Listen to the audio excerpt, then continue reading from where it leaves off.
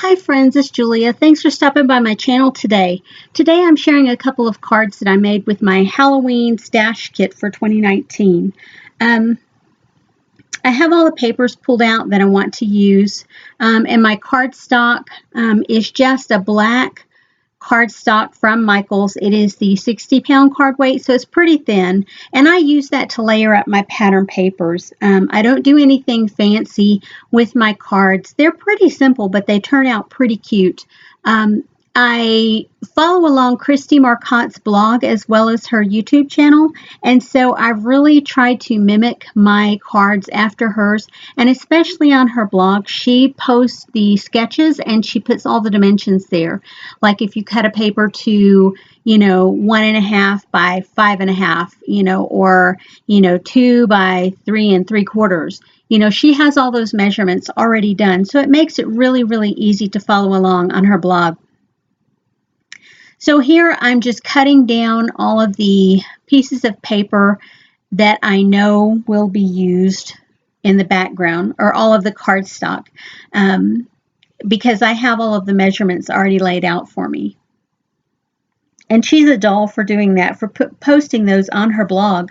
I can't remember if she posts them on her YouTube channel. Oh, I don't remember. I know she puts a sketch there so you know which one she's following along with, but I don't know if you can necessarily see the dimensions of the paper that she's cutting down. And here I'm cutting down the pattern paper, and I chose 2 pattern papers that were exactly the same to go along the background of this. And they're just little diamonds, purple diamonds on black background. So it almost looks like I'm doing black on black. And and you'll see over to the right, I went through my different stamps, and I wanted to stamp out a lot of these little monsters because I find them super duper easy to use, not only for Halloween cards, but also for birthday cards for my grandkids, especially my grandson and sometimes my granddaughters, but I also have nieces and nephews that I send out cards to, and it's always fun to have little monsters and things that are really cutesy and kid oriented. And so here I had pulled out that bright orange paper. I have had it in my stash for years and not used it. I've given the bulk of it away, but I still have some left in my stash, and I'm trying to make an effort to use those odd colors up so that I can just stick with the basics of what I have. The more neutral colors that are more in my comfort zone, but I'm still working at getting all of the random colors used up. I'm cutting everything down and stacking these up so you can see my process here. I don't do any of the gluing until I have everything cut out like I want it. And on these, I'm going to use these little images, these little monster images that I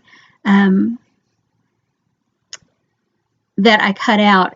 I have the stamp and die set from Close to My Heart, and that's what I did. I stamped them all out, and I only used 3 inks. I used the Thistle purple ink, I used Poppy orange ink, and then of course black ink. And now I'm starting to glue everything down. And because I've had everything already layered up, it makes it super easy to go through this process. Sometimes I show you one and then I just cut out the other process because really what you're watching me glue. But sometimes I find it helpful to, when I watch other people at least glue one card down, that I know about how much glue they're using. Some people I watch that do these process videos that make cards, they do very minimal glue because they're giving them away. And sometimes kids will wag these cards around for weeks at a time, and so I want them to be secure enough when the kids wag them around. I don't want the embellishments and paper to fall apart on them. I would rather it be destroyed and demolished, from wagging it around than by it falling apart, with a few little shakes. my personal opinion only. You guys do whatever it is that you do. I'm not judging anybody for it. It's just not for me. And so I'm stamping that, I glued that down.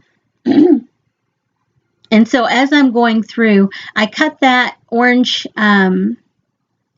plaid piece into, orange and black plaid, into a banner shape or a pennant shape, and I put it there, and I'm following right along with the sketch that she has on her blog.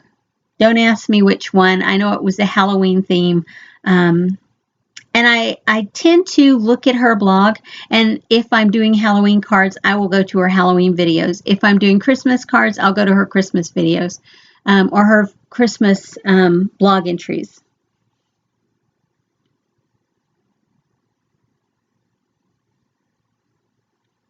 Again, cutting that into a pennant shape. And I put the white and black down. That's where my sentiment will go, or my image will go. And before I put it down, I thought maybe I should stamp this, and then for whatever reason I didn't, and I just went right to paper with the glue, and it's like, oh my gosh, what was I thinking?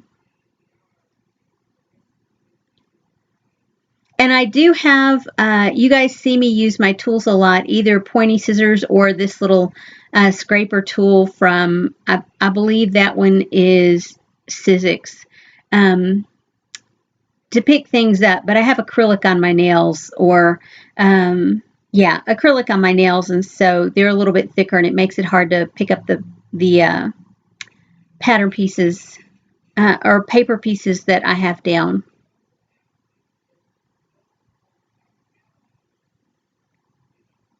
So there you can see my stamps over to the side, and I have multiple packages of little monsters.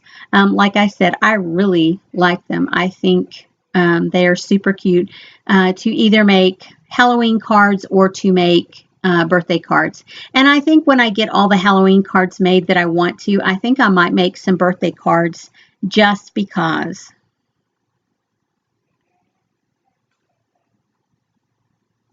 So there I'm going to add a little bit of dimensional tape to the background of those little monsters just to pop them up just a hair to give them a little dimension.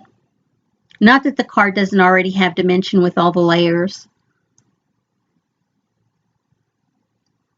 This just gives that little extra. And so I have, I can't remember if I put the googly eyes. I have two jars sitting there, one with the silver lid, one with the green lid, and those are full of googly eyes. And I just felt like, you know, what better time to use googly eyes than at Halloween or making birthday cards for kids. Those are some black enamel dots that have glitter to them. And I really, really do love those. And wish I had bought like dozens more packages. But, you know, I'm trying to remember, buy what you want when you want it and use what you have instead of buy it and hoard it.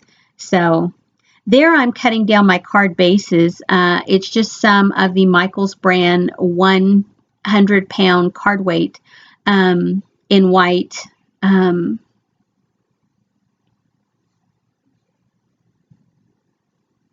Oh, I think I had a scrap laying there that I wanted to use part of that.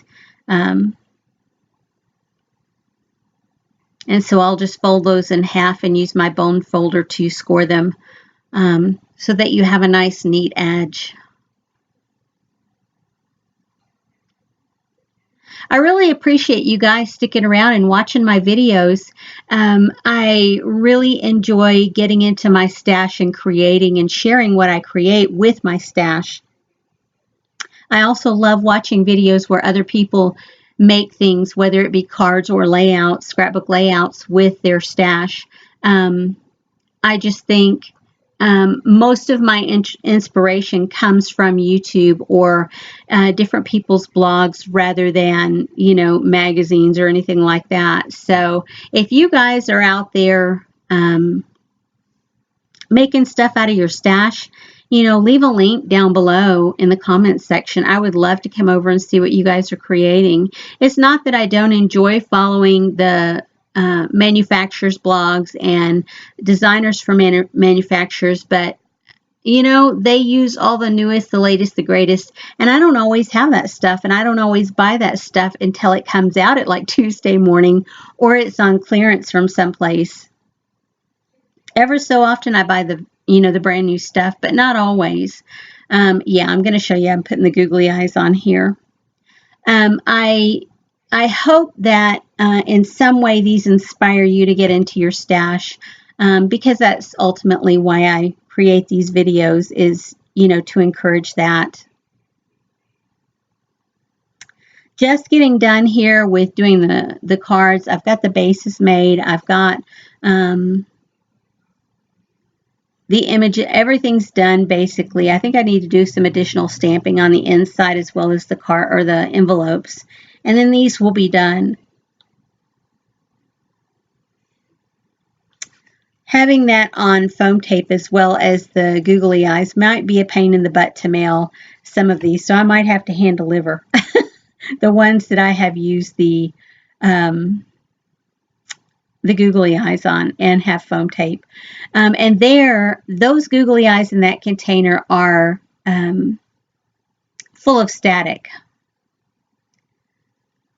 Oh, I thought I was done, and I remembered I don't have the envelopes done. And I don't think I had done the inside sentiment, or maybe I had. I did do the inside sentiment. I just don't have the envelope done. And you can see there I'm doing that. I'm stamping out bits and pieces of candy along the front of the envelopes. Just trying to make it a little bit cutesy.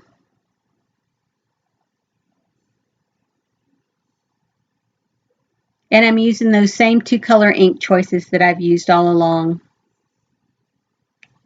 Anyway, guys, this is it. Thanks for sticking around. Thanks for watching my videos, and I will see you on the next video. Have a great day, everyone. Bye-bye.